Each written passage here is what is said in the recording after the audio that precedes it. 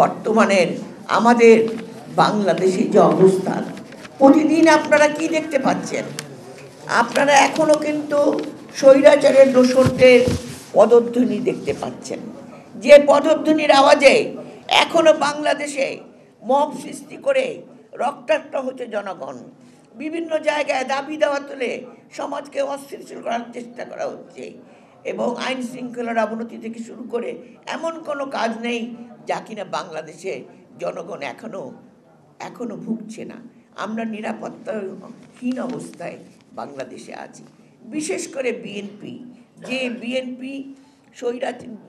দীর্ঘ স্বৈরাচার বিরোধী ভূমিকা পালন করেছে, সে বিএনপির পিছনে যেন মনে হয় একটা ষড়যন্ত্র চলছে। সেই ষড়যন্ত্র হলো, বিএনপি যে লক্ষ্যে কাজ করেছে, বিএনপির একটা লক্ষ্য ছিল জনগণের অধিকার প্রতিষ্ঠা করা। সেই অধিকার কিভাবে আসবে? সেই অধিকার আসবে নির্বাচনের মধ্য দিয়ে।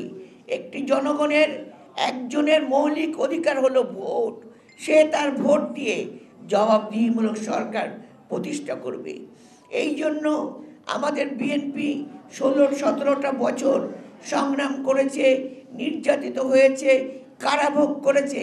এমনকি আপনাদের দেশনেত্রী বেগম খালেদা জিয়া, যিনি বাংলাদেশের মাদার অফ ডেমোক্রেসি, গণতন্ত্র অভিযাত্রায় যার তুলনা নাই, যিনি দেশকে উন্নয়নের ধারা দিকে এগিয়ে নিয়ে গেছিলেন, তিনি কারাভোগ করে শুধু কারাভোগই করেন নাই, তিনি বিভিন্নভাবে তাকে মেরে ফেলার চেষ্টা করা হয়েছিল এবং সেই কারণে তিনি ধীরে ধীরে অসুস্থতা হয়ে আজকে মৃত্যুর সঙ্গে লড়াই করছেন।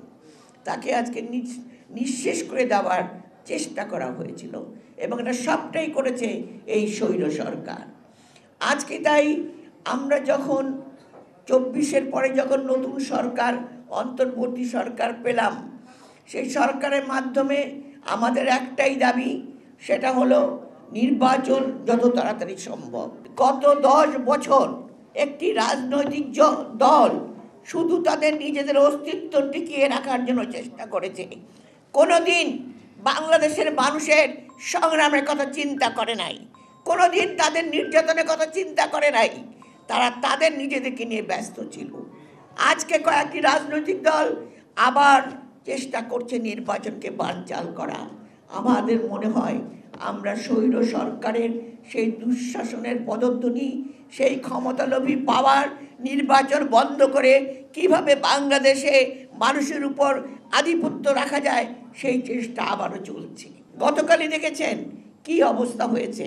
এই যে আজকে আমি একটু আগে দেখছিলাম টেলিভিশনে, এই মোবাইলে, নূর, যিনি একজন ছাত্র নেতা, সেই নূরের আজকে অবস্থা খুব খারাপ। এই যে অরাজকতা, এই যে সৃষ্টি, এই যে আইন শৃঙ্খলার অবনতি, এর জন্য দায়ী কারা?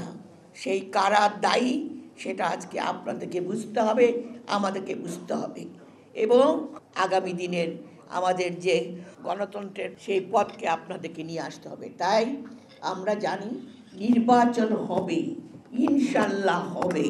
12 ফেব্রুয়ারি যে রোড ম্যাপ ঘোষণা করা হয়েছে, সেই রোড ম্যাপে এখানে বাধা আসবে, অনেক রকম বাধা আসবে। সেই বাধাকে অতিক্রম করবে আমার এই তরুণ প্রজন্ম, তরুণের দল, যারা সব সময় দেশকে রক্ষা করেছে।